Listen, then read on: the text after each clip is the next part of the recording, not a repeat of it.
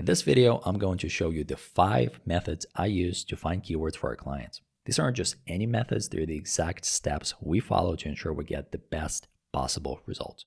Whether you're just starting out or looking to refine your keyword research process, stick around because I'm also going to share some insider tips that have saved us a lot of time.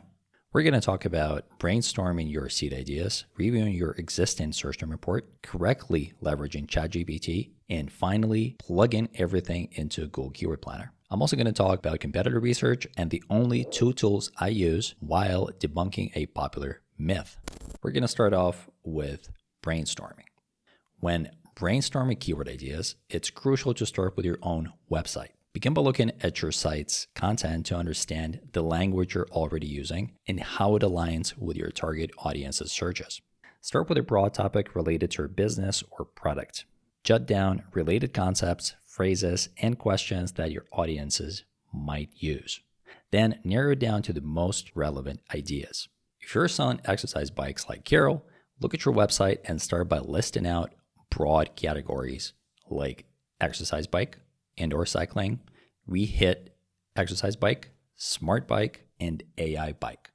Next, take these ideas and perform some Google and forum searches.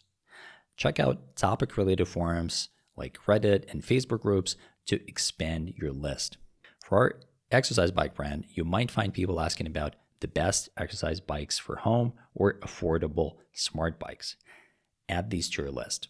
Depending on your promotion target, this list can range from 10 to 50 keywords, but don't overdo it here. You'll uncover more in the next steps.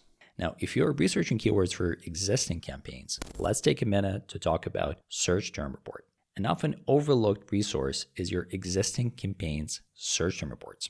These reports show the actual search terms that triggered your ads. Look for search terms that are relevant to your business but aren't in your current keyword list.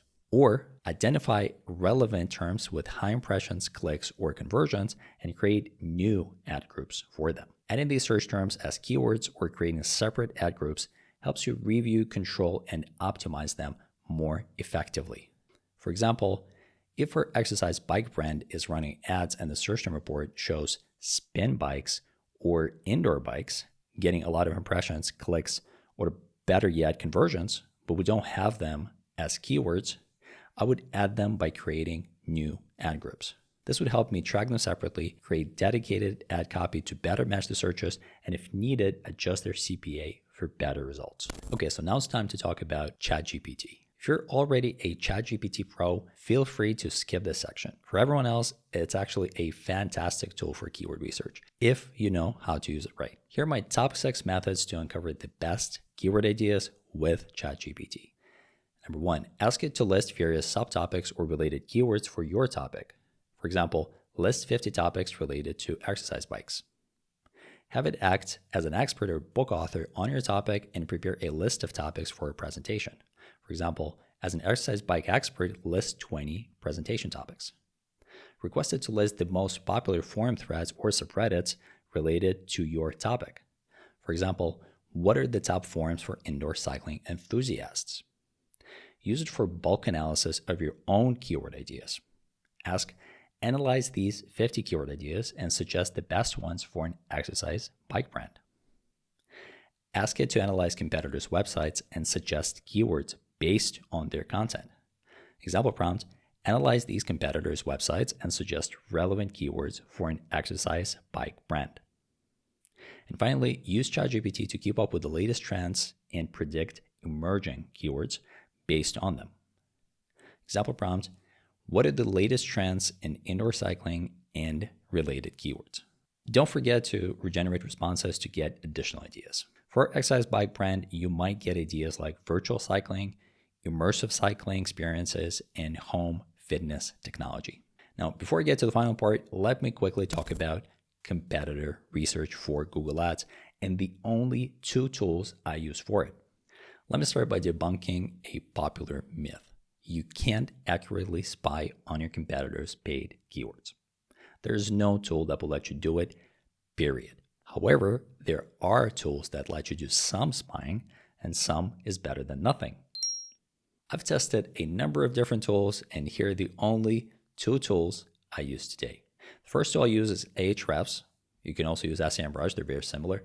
Keep in mind though that both Ahrefs and SEMrush's ad data is quite limited, just like other paid keyword intelligence platforms.